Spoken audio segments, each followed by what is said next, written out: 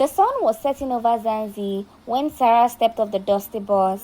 The air smelled the same: roasted corn, red eggs, smoke from evening fires, but nothing else felt familiar.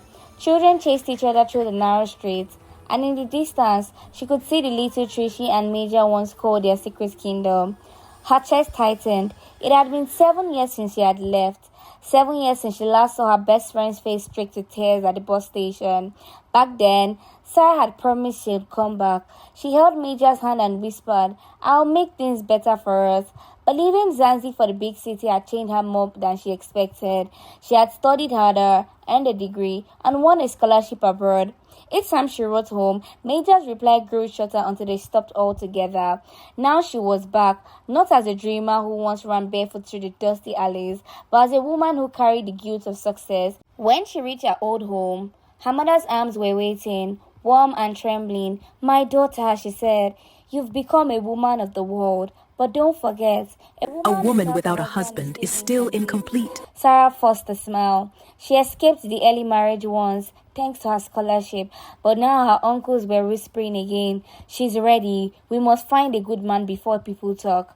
She wanted to scream. Was nothing different? The next morning, she went to find Maija. The house was small, the yard bare except for a cracked water pot and a few withered flowers. Maija opened the door slowly. Her eyes widened, then narrowed. "Sara!" "Maija, it's been so long. I thought you forgot us," Maija said quietly. "You left when things got hard. You went to study when we stayed here, living the same life you ran from." Sara's throat tightened. "I didn't forget you. I wanted to come back for you, to help." Maija cut her off. "Help? You think we need saving?" Her voice shook, and Sara noticed the fading braces on her sleeve. Maija quickly covered it off. That night, Sara couldn't sleep. The streets outside her window were filled with laughter and drums, but her heart ached. She remembered their childhood dreams, how they promised themselves to open a school together. She had broken that promise.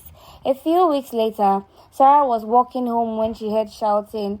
It came from Maija's house. A man's voice roared, and Maija's scream split the night. Without thinking, Sara ran towards their door. Neighbors whispered, "Don't interfere, that's husband and wife's matter." But Sara pushed through.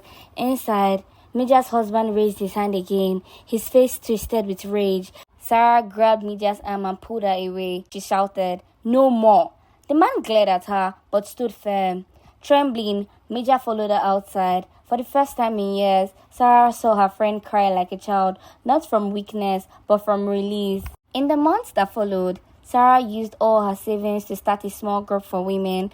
They met under a tree, sharing stories, teaching girls about their rights, and finding strength in each other. Maija became their right hand, soft-spoken but strong, using her pain to guide others. The villagers who once whispered began to listen. Girls who were once feared into marriage now dreamed of learning. One evening, as the sun dipped behind Zanzi hills, Maija turned to Sara and said, "I used to think you left us for yourself, but now I see you left us to find strength to come back for us." Sara smiled. "Success means nothing if it doesn't lift others," she said softly.